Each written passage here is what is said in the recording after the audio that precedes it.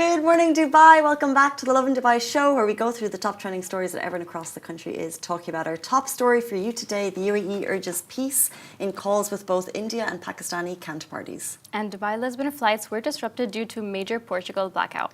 We're talking about an influencer academy that's coming to Dubai. And later we're going to be talking about the average bedtime in Asian countries, and they'll surprise you. And then we have Dubai's jewellery queen joining us on the show. She is the founder of Kiara Jewellery. Her name is Ada Pandey. We're so excited we're jewellery girls, and we get to talk to her about the history and inspiration behind her brand. Honestly, can't wait. And in today's rapid weather report, it's mostly sunny with temperatures ranging from 31 to 44 degrees Celsius. It's rising, it's sticky. Oh, I was not excited for that, but you know, what are you going to do? What are you going to do? Also, we're getting reports of a fire in Al Quoz, billowing smoke being visible across Dubai. Actually, we're getting a lot of videos. Stay safe, and when we have an official update from that, we'll send it to you. Farah and I are twinning today. Yay! Oh, maybe we should do this more often. It's a weird thing.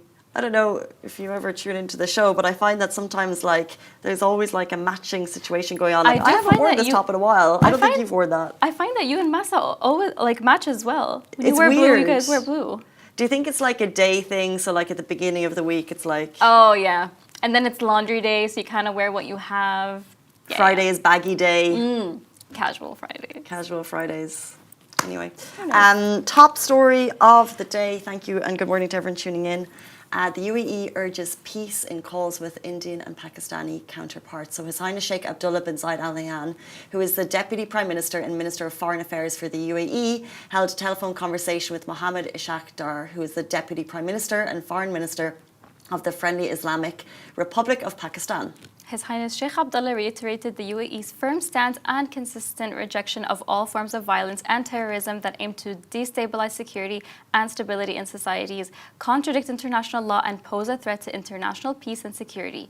He also expressed confidence in Pakistan's commitment to promoting security and stability in South Asia and to shielding the region from factors of tension. And then, in a separate call with Dr. Shobraniyam Jaishankar, Minister of External Affairs in India, Sheikh Abdullah extended his sincere condolences and heartfelt sympathy over the victims of the recent attack that took place in Kashmir, expressing his views that his wishes for a speedy recovery to all those injured. He also expressed his confidence in India's commitment to working toward establishing security and stability in South Asia and in avoiding regional tensions. He further affirmed the UAE will continue its support to all initiatives aimed at achieving peaceful resolutions to regional and international conflicts and mitigating their humanitarian consequences. Trying to keep up with what's going on following those devastating attacks, which were the worst, deadliest civilian attacks in decades, killing 26 tourists. So since then, India has accused the Pakistan of involvement, escalating tensions between both nuclear-armed countries, which is so scary. Since then, India has detained many people. The government has also set a strict deadline for Pakistani nationals to leave the country, and I've seen photos of families kind of breaking apart, which is so sad, and suggesting fines or imprisonment for those who don't leave. We also have a bit of information as to what is going on in Pakistan. They denied involvement, offering a neutral probe, and responded with the tit-for-tat measure, including suspending bilateral agreements and closing airspace to Indian flights. Cross-border firing along the line of control has occurred, with both sides reporting no casualties. The UN and China urge restraint, but global attention remains limited, raising fears of further military escalation. We just hope that nothing escalates further than it already has. It's just a really scary time. And, we're here in the UAE where we have a massive population of both Indian and Pakistanis who get on so well. So it's just a scary time, and we really hope that the countries can find a middle ground. Inshallah, hopefully soon. Jumping in to our next story. Yeah, it's also kind of a scary one, but Dubai-Lisbon flights were disrupted due to major blackout, and flights from the UAE to Portugal faced setbacks yesterday as Portugal was facing a massive power outage, causing issues with electricity, mobile networks, and public transportation. The blackout has also affected major cities in Spain, and Emirates confirmed that its flights to and from Lisbon on April 28 and 29 were disrupted. Passengers affected by cancellations have been rebooked on the next available flight. So power has been restored, but despite this progress, travel and infrastructure continue to feel the impact. Investigators are still looking into the cause of the blackout, which remains unclear. Spanish Prime Minister Pedro Sanchez said on Tuesday afternoon Spain's High Court is investigating whether a cyber attack was the culprit. Like, you hope it's just a glitch. Yeah, that's what I would have thought. It's like my phone turns off. I'm thinking, it's not a cyber attack, it's just a glitch. Right? We'll turn it back on. Make sure everything's wired correctly. Exactly. You feel like, maybe it's just my neighborhood and stuff like that. But then when you look from the outside and you see that it's the whole city, the whole country, and then the neighboring country, you're like, this is bizarre. And you don't know what could possibly cause it. So obviously, a lot of people are speculating online. Yes, they are. Which I understand. I think if I was in that situation, I would also have my guesses. But they're looking into it. I mean, so yeah. You know what it makes me think of? Ocean's 11 or 12. And they had, and it was the massive green thing called the blink or something. And when you plugged in the blink, it made a massive power outage go off across Vegas, but only for 3 seconds. Or like those Mission Impossible movies, and like the whole world is watching, and like the lights are off, and you don't know what's going on. It's because like Tom Cruise is like saving the world in the background. Yeah. Oh man, no, this is completely different. No superheroes or Tom Cruise is saving the world there, but maybe behind the scenes, we don't know.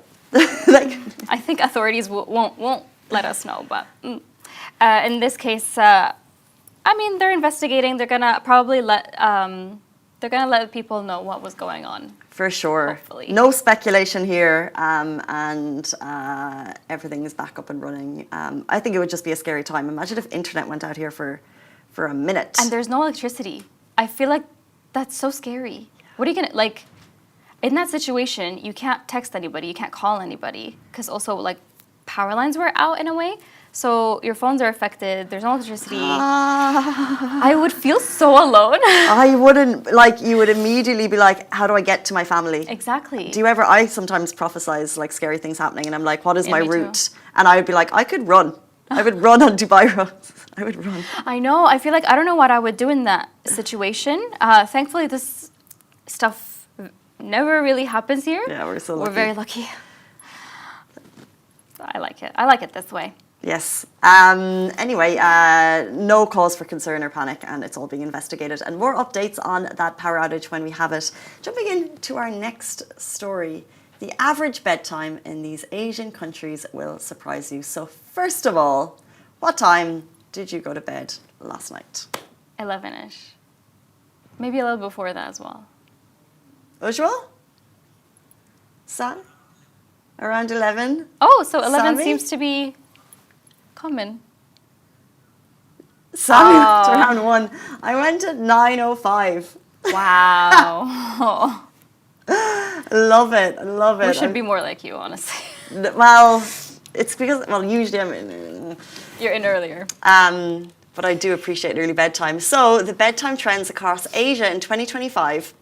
And genuinely, I'm sleepy just looking at them. So a recent study has revealed the average bedtime in selected Asian countries, and it offers insights into your sleep patterns and sleep patterns across the region, showing some countries get more sleep than others. And this is according to the World Population Review. So Singapore is the earliest to bed among the surveyed nations, with an average bedtime of 11:52 p.m. Several countries fall within a similar range, with Thailand at like 12:22 a.m., South Korea at 12:16, Kuwait 12:14, Indonesia 12:10, and Qatar 12:06, all having average bedtimes around just after midnight. And then in contrast, the latest country they surveyed, Sammy, this is going to ring true to you. The latest average bedtime is in the UAE, and it's 1:05 a.m. Oh my God. Who do they speak to? Who's Not going to us. bed at 1:05? Not us. We would have gone to bed a lot earlier than that. Maybe, but maybe that's just how can you be on time? You go, you guys don't get stuck in traffic. Oh, Raja Brustam goes to bed at 10 p.m. Okay, good. That's reasonable. That would be like, I said last night was 9, but I genuinely, before 10 is my happy place. Oh, wow. No, 10 is like, I'm going to bed early. That means I went to bed early. After that, it's like, it's okay. Like 11 is fine. Yeah. But after 11 is the... After 11 is like, I don't know who's going to bed at 1 a.m. in the UAE. I think... Sammy. Sammy. I think I was speaking to people who, they don't really work, right? Oh. And we were just talking about our routines, and I was like, yeah, I go to bed this time. But I was like, if I didn't work, there's no way. No, yeah. I would be in bed at this time. Yeah, like when I'm on leave or something, my bedtime obviously scoots a lot later than 10, 11. So I think that's pretty normal, but because like we have to wake up relatively early to be in at work early, we're gonna go to bed like 10ish or 9ish. Well, Raja Brustam, can you tell me how to pronounce, is that your full name? Is saying 10 to 6. I think that's a good 8 hours, 10 to 6 or 11 to 7, right? It depends when you need to get up. Because I get up around 6. You probably get up at 7 if you're in a 9 usually. Yeah, that's true. There you go. There you go. You're feeling sleepy just thinking about it. Oh. But don't sleep on this. Kygo is coming to Dubai this month. And when they strike, we light up the world. We light up the world on Friday, May 30th. Kygo is bringing that energy to Dubai. The Norwegian hitmaker behind It Ain't Me, Firestone and Stole the Show is ready to light up for one massive night at the Coca-Cola Arena. And known as for smooth tropical house sound and iconic collabs, Kygo's latest album, Kygo, features bangers like Whatever with Ava Max for Life, with Zach Abel and Nile Rodgers, and Without You featuring Hyla. He's also teamed up with the Jonas Brothers, Sigrid and Julia Michaels, so expect a night with hits from start to finish. If you've been waiting to see Kygo live, this is your chance. Tickets are on sale at Coca-Colaarena.com, so grab yours and don't miss what's set to be one of the biggest nights on Dubai music calendar. Look at those photos. It looks so good. This is the one thing that would keep me out past 10. It's like good live music. Yeah. If there's something going on, yeah, you will stay up for it. Like this one, for instance. Yeah, worth it. I will stay up for that. Yeah, that would definitely keep us in bed. I feel like, you know, what's that that famous supermodel phrase in the 90s? And I think it was it Christy Turner? And she got slated her entire career for it because it was at the peak of the supermodel industry. And she had an interview and she was like, I don't get out of bed for $10,000 a day. Oh, I think I remember that. Oh my God. And it was at about a time when the country was dipping into a recession and everyone was like... That was bad timing. Oh, sad. From supermodels to influencers, something cool is coming to Dubai. Yeah, Dubai is opening up an influencer academy. It just launched the Beautiful Destinations Academy, and just like we mentioned, it's an academy for influencers. So think of it like a boot camp for aspiring travel content creators. It's a 3-month, all expenses paid program where 4 influencers get top-tier training in cinematography, editing, AI tools, and digital marketing. After that, they'll become elite storytellers who capture and promote Dubai in a way that really resonates online. It's backed by Dubai Tourism and a travel content creation agency, Beautiful Destinations. You've seen them on Instagram. Their videos are phenomenal, led by Tom Jauncey. And the Academy is still accepting applications for 4 influencers who will be, if you know someone abroad, take note, paid to travel and live in Dubai for a month. And it begins next month. So if you know someone who's sitting at home, has spoken about coming to Dubai, this could be the opportunity of a lifetime. Honestly, all expenses paid. That's amazing. From like flights for your whole entire stay. I feel like that's such a great opportunity. It's 4 people get to try this out. Honestly, I feel like start applying. And also, like, this could be their career. Because, you know, you go to uni to study something, like having the tips and tricks from an amazing agency to build a profile, especially travel, because then you don't have to have your face on it. Yeah, and honestly, is that the dream? And this is with experts of the industry. So if this is your thing, obviously, like jump on it if you can. Definitely, it sounds really, really cool. Speaking of achieving dreams, One dream could be to be a travel influencer. Yeah. Another could be to have your own jewelry brand. Oh.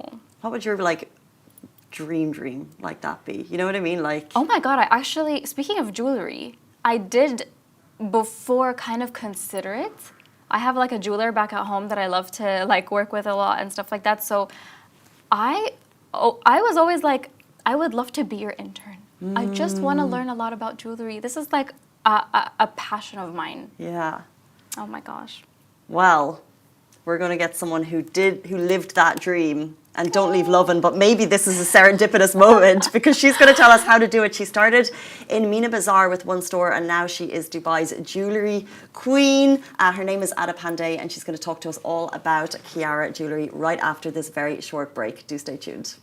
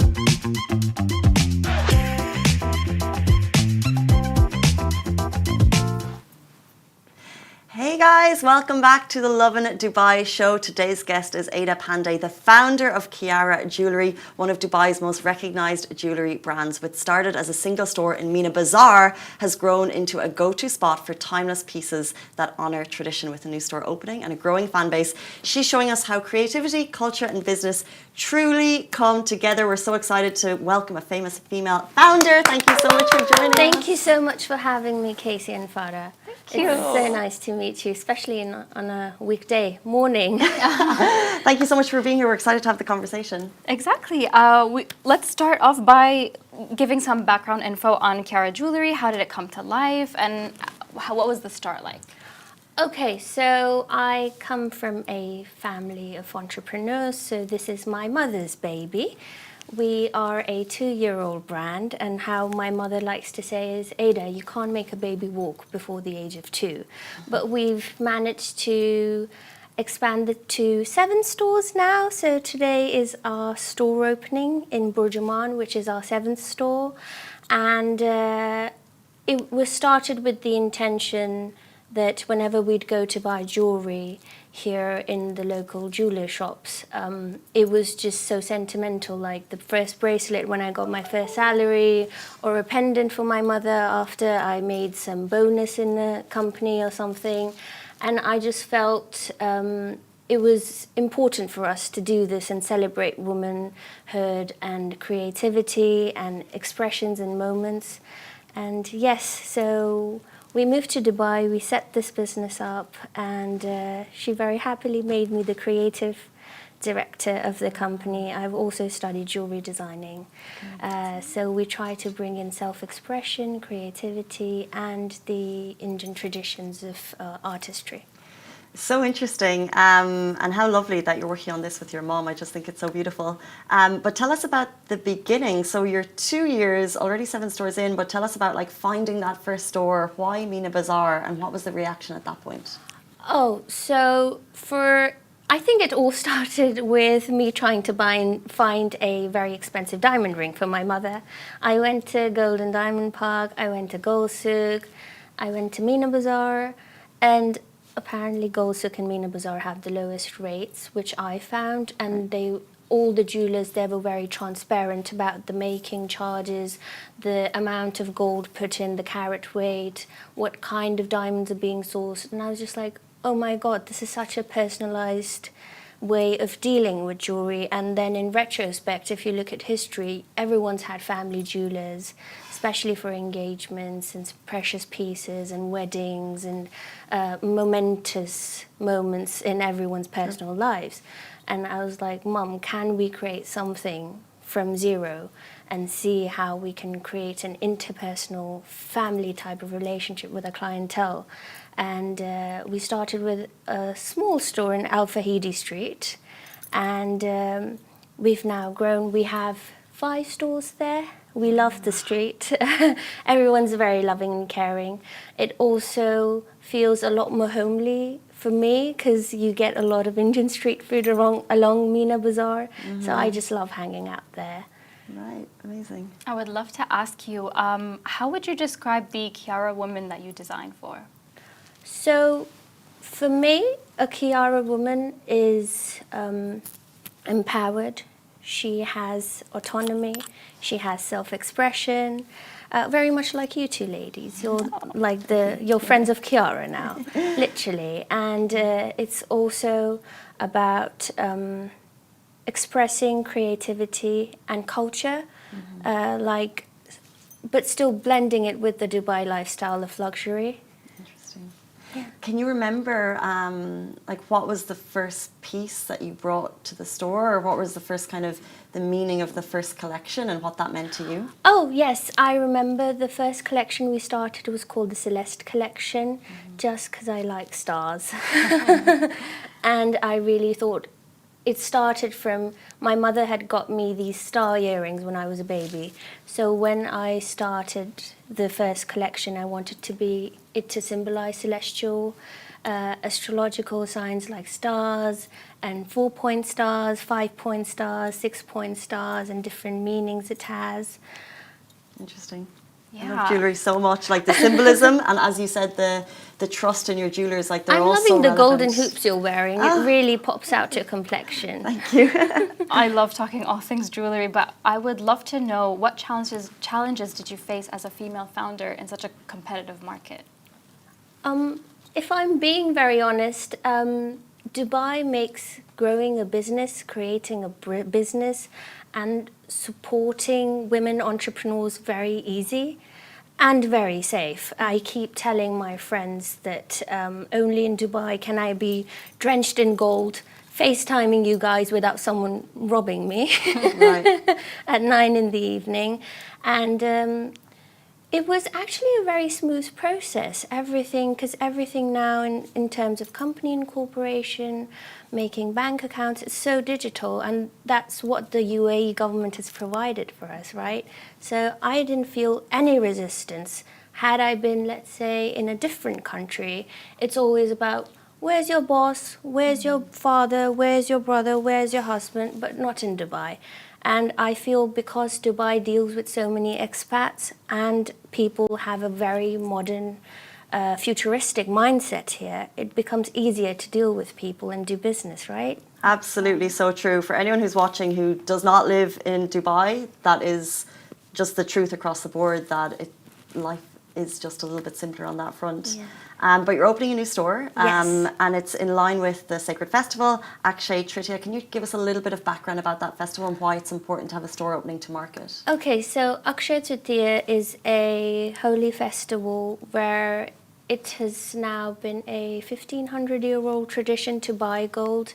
And it's said that if you purchase gold on this day, you're blessed with prosperity and a good luxurious lifestyle, which is the Dubai lifestyle anyway.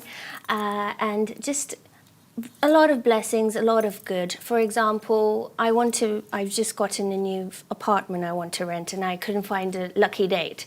And this is the best day because nothing is unlucky about this day. Like I even didn't get traffic while coming to see you guys. So just a very lucky day. And we thought to open the store, so we're soft launching today. Okay. We usually have actresses come in and do inaugurations. And that's more for our staff members and our colleagues because it's a celebration. Everyone gets to wear a nice dress, to do their hair, take several selfies. We will do that soon. But today, just because it was so lucky, we thought, why not just take in blessings today? Beautiful. That's so amazing. What's your message to someone who's shopping for gold during this festival, during this celebration? I If always... this is their first time, let me preface that. So, to me, I remember I would buy, let's say, technology or bags or shoes. And once my mindset changed that gold is a very good investment and a saving modality, my mindset on purchasing jewelry also changed. Previously, I was not that fashion forward, but I feel with purchasing gold, you're also making an investment, but still everything has sentiments attached to it. So it's the best of both worlds. Would you be able to give a little bit of a summary of the gold market right now? Because I just see headlines about it. I don't understand the industry. So is now a good time to buy gold? It was a bit of a volatile time last week, but let's just say the prices have cooled down a bit. So gold being a commodity like any other, the prices fluctuate every single day. And wars, news, people saying things, political leaders also influences the prices of the rates. Daily, even on our Kiara page, we update the gold prices every morning, so our customers can see what the daily price is. And for example, we try to have a very interpersonal relationship with our clientele. So we'll call our customers when the price is going low and they can book or give a token amount, and then the price is locked for that day. So we want our customers to also do sensible investments. It's not just about buying gold at a higher price. It's again creating memories, being the family jeweler, and by family, you always give your family sound advice. So amazing. This sounds amazing. It's like such a Kiara jewelry family. yes. Okay, can you tell us more about the special offer of a free gold coin? Okay, since it's all about prosperity and we want our customers to feel pampered and loved, it's a token of appreciation. So anybody purchasing above 5,000 dirhams will get a free gold coin. I think it's a 200 milligram gold coin, and it has the Kiara logo and everything on it. So I'm very excited about that. Yes, and today is a celebration of just coming in, getting good luck, buying something. If you don't want to buy something, still visit our store and I'll probably be chatting with you at the store. I mean, just shopping for jewellery in general is such a lovely act. Lovely experience. And you're really creating that lovely sense of family to do it as well. You've done so much in 2 years. What's on the vision board for Kiara Jewellery? Again, slow and steady wins the race. We love the safety Dubai gives us, and it makes it a very good country to expand for more stores, and that's why we want to do more business in this country.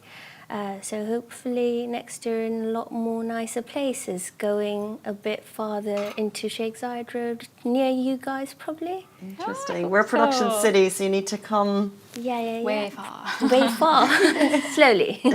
And you're celebrating, obviously, the Sacred Festival today. Do you have a specific piece of jewellery that you wanted to... So I got you guys a token of prosperity, since it's Akshay Tritiya, and it's from our Celeste my gosh, collection. I'm So it's screaming on the the inside. 4-point star. The 4 facets of the star signify strength, resilience, luck, and faith. Wow. So it's for the Thank two you of so you, because I love much. you guys so much, and what you two ladies do here every day, every morning is a lot of hard work. Oh my Well, I mean, we really appreciate that. Thank you so much. I can't even imagine being an entrepreneur versus telling some stories, but Stunning. can you open it now?